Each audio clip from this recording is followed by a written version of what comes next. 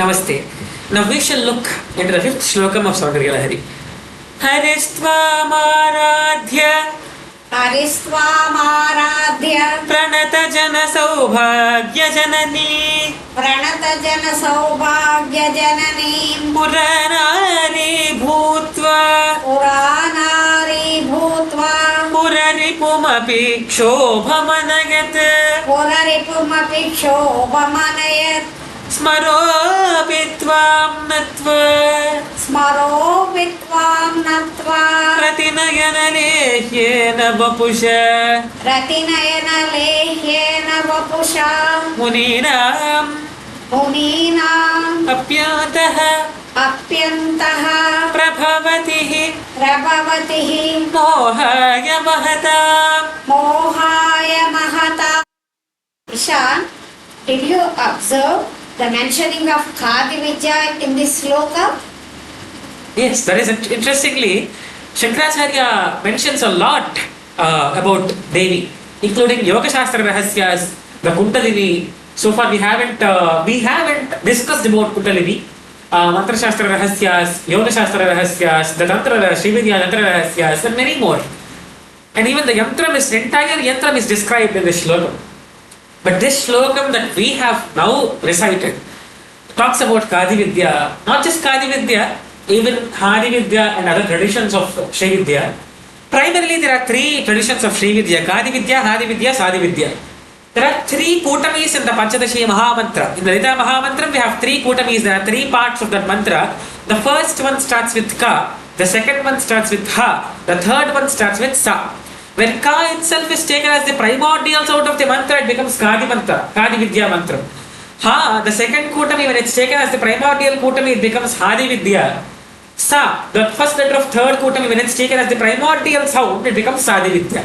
So the permutations and combinations of the same consonants, same syllables, will be resulting in three different mantras. The same mantra is basically combined, and permutations and combinations will result in three different combinations.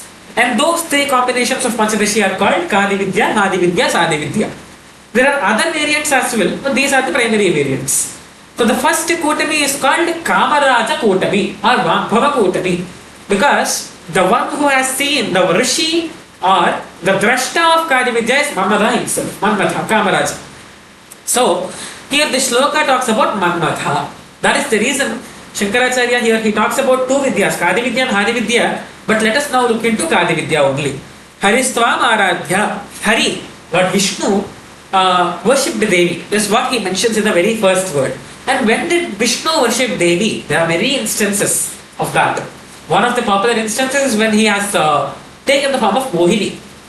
It is said that by doing the worship of Devi Lalitambika, he has gotten Lalitambika's form. And that Lalitambika's form of Vishnu is called Mohini. It's one of the Purana Gathas. So Haristvam Aradhya Pranatachana Saubhagya Janani. Whoever has done namaskarams to Devi Lalitambika, she bestows them with Saubhagyam and Bhagyam, whatever they need. Pranatachana Saubhagya Janani. Puranari Bhutva Puranipumapi Shobhamanayat. There is an instance. So here let us connect the dot to somewhere else. Puranipu is the one who has killed Tripurasuras. That is Lord Shiva. Lord Shiva has gone through Kshobha at one time. And what is that? When did that happen? It is when Kamaraja or Manmatha has used his bow and arrows, his Panchapushpavanas on Lord Shiva to get Lord Shiva out of his dhyanam to make him see Parvati who is doing tapas right beside him. So this was before Parvati Kalyana. So Puranipumapi Kshobhamanayat. So because of that, Parvati was doing intense tapas to gain Shiva as her husband. And Shiva was also deeply involved in meditation. And at that moment of time, Manmatha came and he has used all his Panchapushpabanas on Lord Shiva to evoke him out of his intense meditation.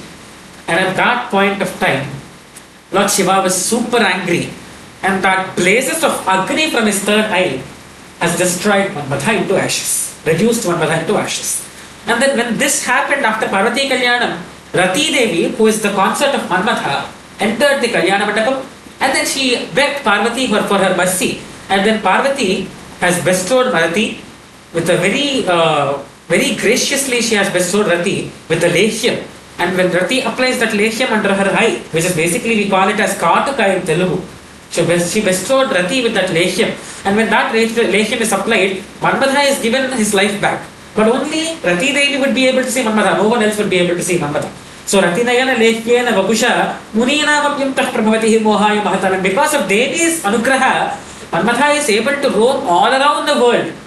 And Manmatha is able to even, whenever a Muni goes into deep penance or deep tapas, Manmatha uses his bow and arrows. Manmatha uses his bows and arrows on everyone on the earth, and that is why everyone is going into suffering. And that suffering is caused by Manmatha. That means Manmatha has gotten Vijaya all over the three worlds.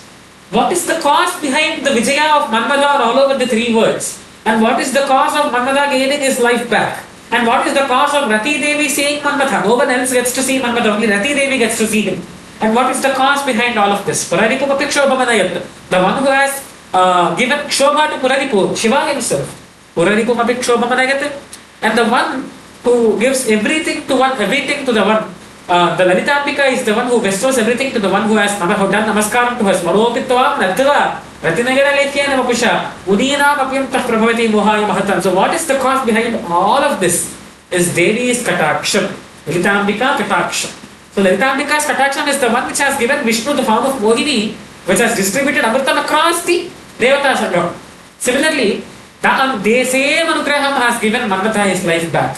The same Anugraham has given Manmatha to get the victory all over the three worlds with his Karamam, with his Panchavishpavanas. The same Anugraham has given Rati her husband back.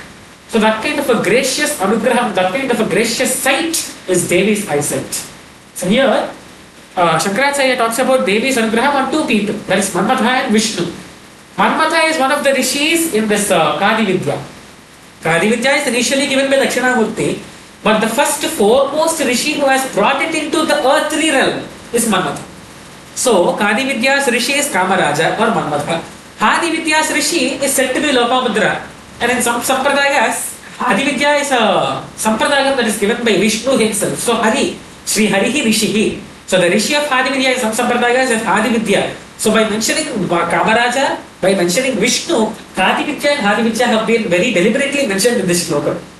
And let us not consider Hadi Vidya because a few sampradayas say it is given by Lopamudra. So considering Manmatha, Kadi Vidya is very carefully inserted into this particular mantra, in this Sloka.